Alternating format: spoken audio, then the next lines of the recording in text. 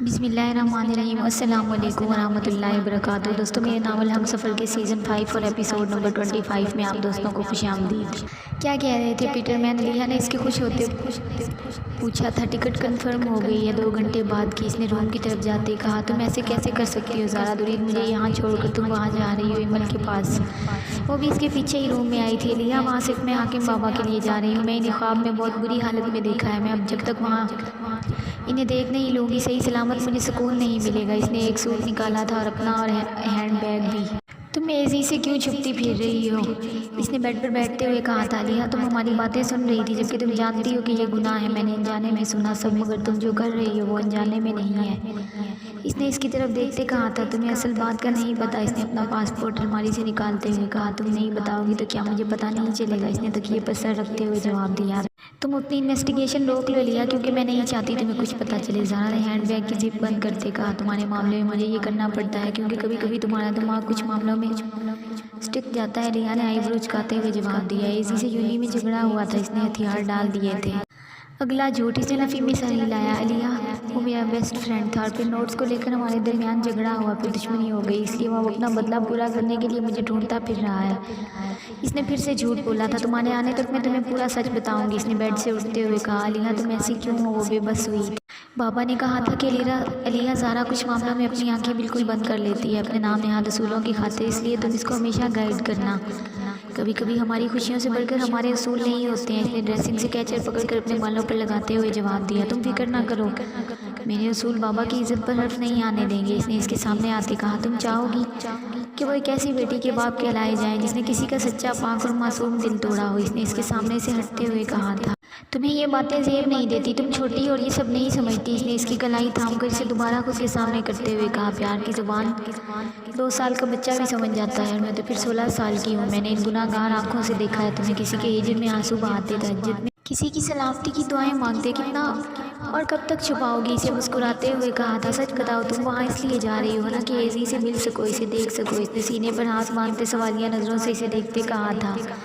تم پاگل ہو گئی ہو، وہ شخص ہماری زندگی میں نہ کبھی تھا اور نہ ہے اور نہ ہوگا۔ اس نے الماری سے چینج کرنے کے لیے سوٹ نکالا۔ ٹھیک ہے زارا درید، 2 دن بعد ملتے ہیں۔ میں تمہیں پہلے دن سے لے کر آخر تک سب بتاؤں گی اور 2 دن بعد ایزی تمہارے سامنے ہوگا۔ اٹس لیہ چیلنج، اس نے ٹھوس لہجے میں کہتے قدم باہر کی طرف بڑھائے تھے۔ لیہ تم ایسا کچھ ہو؟ اس کے پیچھے لپکی تو نو مور ڈسکشن، اس نے کہتے ہی سیڑھیاں پھلانگی تھی اور زارا کے کندھے لمحے میں ڈھل کے تھے۔ وہ جانتی تھی، وہ خاموش تھی اتنے دنوں سے کہ اسے امید تھی زارا درید اسے کچھ بتائے گی، مگر اب اس کا صبر ختم ہو گیا تھا۔ اس کے پوچھنے پر بھی زارا نے اسے کچھ نہیں بتایا تو وہ اس کی غلطی تھی، اور اب لیہ جو کرے گی وہ بھی زارا کو ہی بھگتنا پڑے گا، کیونکہ نہ تو وہ لڑکی چیلنجز بہارنا جانتی تھی اور نہ اس کی بات کی تہہ تک پہنچنا اس کے بس سے باہر تھا۔ زارا نے ٹھنڈا سانس بھر کر آنے والے وقت کے لیے دل سے دعا کی تھی۔ اگر وہ بتا دیتی تو یہ سب نہ ہوتا۔ وہ یہ بھی جانتی تھی کہ وہ بتا بھی دے گی تب بھی وہ نہیں سنے گی، اب جو بھی کرے گی وہ خود ہی کرے گی۔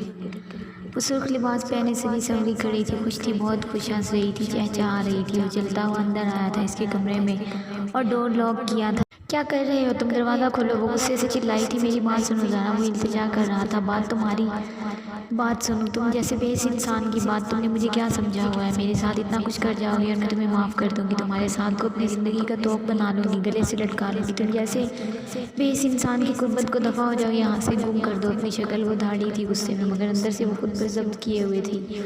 وہ ڈھیلی نہیں پڑنا چاہتی تھی اس کے جذبوں کے آگے۔ اس نے اس کو خود کی طرف کھینچ کے اس کی پشت کو سینے سے لگایا تھا، اس کے کان کے پاس لب کیے۔ زارا میں یہ نہیں ہونے دوں گا، تم سمجھ کیوں نہیں رہی؟ عشق کرتا ہوں تم سے، تمہیں کسی اور کے ساتھ نہیں دیکھ سکتا۔ میں تمہیں پورا یقین دلاؤں گا اپنی محبت کا، پھر ہم اس رشتے کو لے کر آگے بڑھیں گے۔ پلیز نکاح کر لو، انشاءاللہ سب ٹھیک کر دے گا، اللہ سب ٹھیک کر دے گا۔ وہ اپنی آنکھوں میں موجود نمی کو پیچھے دھکیلتے بولا تھا۔ زارا درید کو اس کی لال آنکھوں سے خوف آ رہا تھا، وہ خود کو خوفزدہ اور کمزور نہیں کرنا چاہتی تھی۔ اس کے کان میں ہوتی اذان حیات ملک کی سرگوشیاں اس کے جسم میں سنسنی پیدا کر رہی تھی۔ تمہاری عادت نہیں چھوٹ رہی زارا درید، زیادہ نہیں مانگ رہا تم سے، کچھ زیادہ نہیں مانگ رہا تم سے، ہو سکے تو نہ چھوڑنے والی عادت بنا لو پلیز۔ وہ اب اس کی ناک کے ساتھ ناک رب کر رہا تھا، اس کے لفظ لرز رہے تھے۔ وہ خوف زدہ تھا، بالکل ایسے ہی جیسے کوئی ڈوبتا ہوا شخص کسی کو تیرنا نہ آتا ہو، وہ لہروں کے سپرد اپنے سانس کرتے خوف زدہ ہوتا ہے، بالکل ویسے ہی۔ دیکھو اذان حیات ملک، سمجھنے کی کوشش کرو۔ وہ بے بس ہو رہی تھی، آنکھوں سے موٹے موٹے آنسو ٹپ ٹپ برس رہے تھے۔ تم سمجھ جاؤ نا، اپنی سانسیں وار دو نا، اپنی روح کی ملکیت دے دو، بدلے میں میری جان لکھوا لینا اپنے حق مہر میں۔ اس کی آواز میں نرمی گھلی تھی۔ میں نہیں کر سکتی ایسا زہرا، درید کا دل نہیں پتھر تھا جس پر کوئی بھی ضرب وار نہیں کرتی تھی۔ زہرا میں مر جاؤں گا تمہارے بغیر، اس نے خود سے دور کرتے ہوئے کہا تھا۔ آنسو اس کی آنکھوں سے مسلسل بہہ رہے تھے۔ مر جاؤ، مجھے فرق نہیں پڑتا، ویسے بھی جس انسان کا ضمیر مر چکا ہو وہ مرے یا جیے فرق نہیں پڑتا، اس نے نفرت سے کہا تھا۔ میں ہاتھ جوڑتا ہوں زہرا، میرا دل بند مت کرو، میں زندگی کی طرف لوٹنا چاہتا ہوں، جیسا کہو گی ویسا کروں گا، تم دھڑکنوں کا شور ہو میری۔ اس نے اب باقاعدہ ہاتھ جوڑے تھے۔ مجھے فرق نہیں پڑتا تم کیا کہتے ہو کیا نہیں، تم اور تمہاری محبت میری جوتی کی نوک پر۔ اگر ذرا سا بھی ضمیر باقی ہے تو جاؤ یہاں سے اور دوبارہ کبھی میرے سامنے نہ آنا، میں تمہیں معاف کر سکتی ہوں، اپنی زندگی میں شامل نہیں۔ نفرت سے کہتے اس نے اپنے قدم اس سے بہت دور بڑھائے تھے۔ وہ دیکھ رہا تھا وہ اس سے دور ہوتی جا رہی تھی، دور دور بہت دور۔ زارا زارا زارا مت جاؤ، رحم کرو۔ وہ زار و زار رو رہا تھا، روتے روتے چلاتے وہ اٹھ بیٹھا۔ خوف سے اس نے لمبے لمبے سانس لیے تھے، اس کا دل بہت زور سے دھڑک رہا تھا، ایک الگ رفتار پکڑے۔ اس نے اپنی آنکھوں کو صاف کیا تھا، وہ رو رہا تھا۔ یا اللہ، یہ کیسا خواب تھا؟ وہ خواب دیکھ رہا تھا مگر وہ حقیقت میں رو رہا تھا۔ اس کو سانس نہیں آ رہا تھا اور منہ کھول کر لمبے لمبے سانس لے رہا تھا۔ اسے فضا میں آکسیجن کی کمی لگ رہی تھی۔ نہیں، وہ تو اس کی آکسیجن تھی، وہ دور ہوئی تھی تو وہ کیسے سانس لے سکتا تھا؟ گویا زارا درید اذان ہاتھ ملک کی سانسیں تھیں، اس کے بغیر اسے ہوا بھی کم لگ رہی تھی سانس لینے کے لیے۔ یا اللہ، یہ کیسے امتحان میں ڈال دیا گیا ہے؟ میں اسے ہمیشہ ہمیشہ کے لیے کھو دوں گا۔ کیا وہ مجھ سے دور ہو جائے گی؟ کیا وہ مجھے کبھی بھی معاف نہیں کرے گی؟ میری محبت کو دھتکار دے گی؟ اس نے اٹھ کر کھڑکی کھولتے آنسو بہاتے آسمان کی طرف دیکھتے ہوئے کہا تھا، میں نے سچ کہا تھا تم سے نشو، اس کی محبت کا نام ملنا میرے کسی کبیرہ گناہ کی سزا ہے، اور وہ دیکھو رب نے مجھے اشارہ بھی دے دیا اس کے نام ملنے کا۔ وہ بہت ناراض ہے مجھ سے، مجھ پر میرے مالک رحم فرما، میں اتنا بوجھ سہنے کے قابل نہیں ہوں، میں تیرا ناچیز عاجز بندہ ہوں۔ یہ پہاڑ مجھ پر مت توڑنا، اگر وہ مجھ سے ہمیشہ ہمیشہ کے لیے دور ہوئی تو میں زندہ نہیں رہوں گا۔ نہ مردوں میں تو بڑا رحیم ہے، بڑا کریم ہے، نوازنے پڑھاتا ہے تو حد کر دیتا ہے۔ تیری اتنی بڑی کائنات میں اتنے سارے انسانوں میں صرف اور صرف ایک زارا درید کو ہی تو مانگا ہے، اس کا ساتھ ہی تو مانگا ہے، اس کی محبت میرے مالک میری محبت کو میری آزمائش مت بنا۔ اس میں بہتے آنسوؤں سے دل پر ہاتھ رکھے آسمان کو دیکھتے التجا کی تھی رب سے، اس مٹی کی گڑیا کے ہمیشہ ساتھ کی عرض کی تھی۔ دور سے آتی تہجد کی اذان کی آواز پر اس نے قدم واش روم کی طرف بڑھائے اور پھر اس نے وضو کیا تھا۔ کمرے میں آ کر جائے نماز بچھائی تھی، کانپتے ہاتھوں کے ساتھ وہ خواب اس کے ذہن سے محو نہیں ہو رہا تھا۔ اس خواب میں کہی جانے والی زارا کی باتیں اس کے کانوں میں سرگوشیاں کر رہی تھی، اس کی ہر سرگوشی پر اس کا جسم کانپ اٹھتا، اس کی جدائی کے خوف سے وہ لرز رہا تھا۔ نیت کر کے تہجد کی اس نے نماز شروع کی تھی، اللہ اکبر، اللہ سب سے بڑا ہے، ہاتھ کانوں تک لے جا کر حمد و ثنا کے لیے باندھے تھے۔ سبحانک اللہم، اے اللہ ہم تیری پاکی بیان کرتے ہیں۔ اس کی زبان کی لرزش اور بہتے آنسو اسے بتا رہے تھے، اس کا لرزتا وجود اس بات کا گواہ تھا کہ وہ اپنے رب کے ایک کن کا محتاج ہے۔ الحمدللہ رب العالمین، تمام خوبیاں تعریفیں اللہ کے لیے ہیں۔ ہر لفظ کے ساتھ اس کے آنسو تواتر بہہ رہے تھے۔ قل هو اللہ احد، وہ اللہ ہے جو یکتا۔ اس کا دل زور سے دھڑکا تھا۔ سبحان ربی العظیم، پاک ہے میرا پروردگار عظمت والا۔ وہ رکوع میں گیا تھا، ٹانگوں میں لرزہ طاری ہوا۔ سمیع اللہ لمن حمدہ، اللہ نے اس کی بات سن لی جس نے اس کی پاکی بیان کی۔ قیام میں کھڑے ہونا اس کو اچھے سے سمجھ آ گیا تھا کہ اللہ ہی ہے جو گرنے کے بعد سنبھالتا ہے۔ سبحان ربی الاعلیٰ، اے ہمارے پروردگار تمام تعریفیں آپ کے لیے ہیں۔ سجدہ میں جاتے وہ ہچکیوں سے رو پڑا تھا، وہ جانتا تھا کہ اس کے در پر جھکے بغیر اسے کچھ نہیں مل سکتا۔ وہ جانتا تھا ابلیس نے سجدہ نہیں کیا تھا تو وہ رسوا ہو گیا تھا، اتنا بلند و برتر اور سب سے زیادہ رب کی پاکی اور حمد و ثنا کرنے والا۔ اگر رب کی حکم عدولی پر رسوا ہوا تھا اور اس نے تو کبھی بھی اس کا کوئی ایک حکم بھی نہیں مانا تھا۔ وہی سوچ کر ہی ہچکیوں سے روتے روتے نڈھال ہو رہا تھا کہ اس کے رب نے اسے معاف نہ کیا تو وہ بھی ذلیل اور رسوا ہو جائے گا۔ اس کے رب نے اگر اسے معاف نہ کیا تو وہ اس کی خواہش پر کن بھی نہیں کہے گا۔ وہ بچوں کی طرح رو رہا تھا۔ پھر خیال آیا دل میں کہ میں اسے منا لوں گا، اپنے رب سے معافی مانگ لوں گا، وہ مجھے معاف کر دے گا انشاءاللہ۔ پھر سجدے سے سر اٹھایا، پھر رب کے حضور سجدہ کیا تھا اپنی چاہ کی مقبولیت کے لیے۔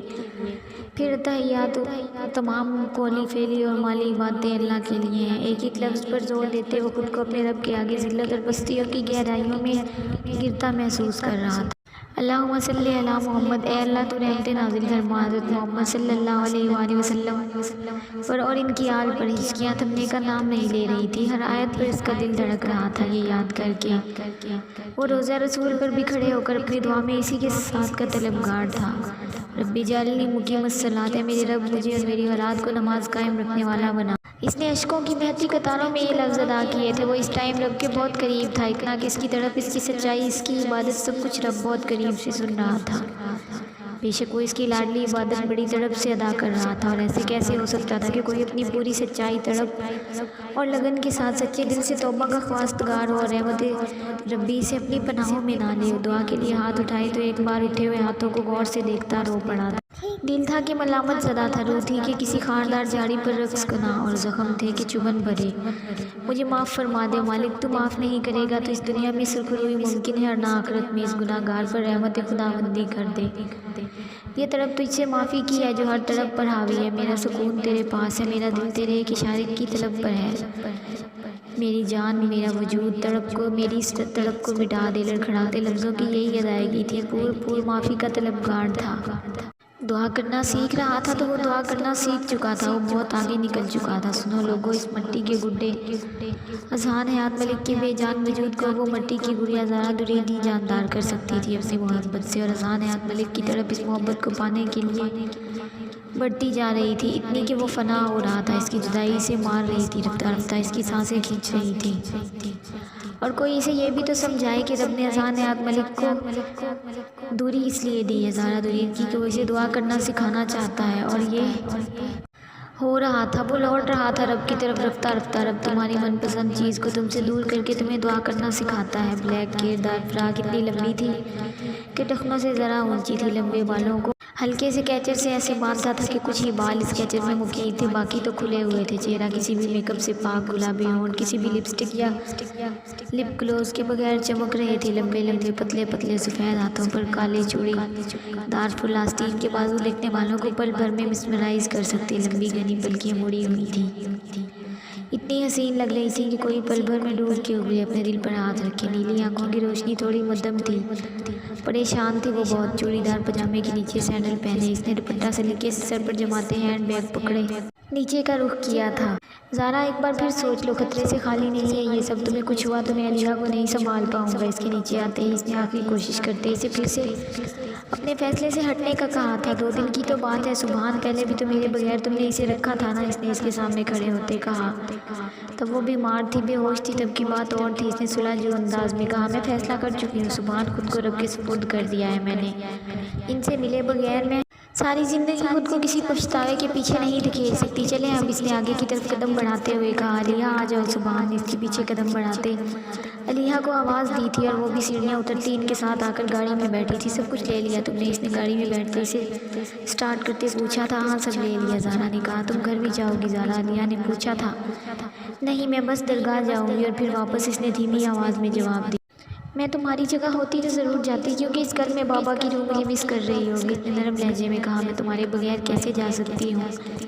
بابا کہیں گے زارا علیحہ کیوں نہیں آئی تو کیا کہوں گی؟ اس نے بات بنائی تھی، اس لیے تو کہہ رہی ہوں کہ جاؤ، تاکہ ایک بار تمہیں بابا پھر سے سچ بولنے کا سبق پڑھا کر بھیجیں جو تم بھول گئی ہو۔ اس نے شیشے کے پار دیکھتے کہا۔ ایک لمحے کے لیے سبحان اور زارا نے بہت غور سے اسے دیکھا تھا، پھر ایئرپورٹ پہنچنے تک کوئی بات نہیں ہوئی ان لوگوں کے درمیان۔ اپنا خیال رکھنا پلیز، اور یہ پیسے رکھ لو۔ اس نے اس کی طرف پیسے بڑھائے تھے۔ یہ کیوں؟ اس نے پیسے پکڑنے سے پہلے پوچھا۔ یہ پاکستانی کرنسی، ایئرپورٹ سے نکلتے ہی تم کہیں بھی کھڑے ہوئے بغیر ٹیکسی لے کر درگاہ پہنچو گی۔ اور ایک اور بات، یہ موبائل ہے، اس میں میں نے سم ڈال دی ہے، جب تم وہاں پہنچو تو یہ آن ہو جائے گا اور نیٹ ورک بھی چلنے لگے گا۔ فون سائلنٹ پر مت لگانا، اپنی لوکیشن آن رکھنا، اور وہاں پہنچ کر میری حاکم بابا سے بات کروانا۔ سبحان نے ایک ایک لفظ پر زور دیتے اسے اچھی طرح سمجھایا تھا۔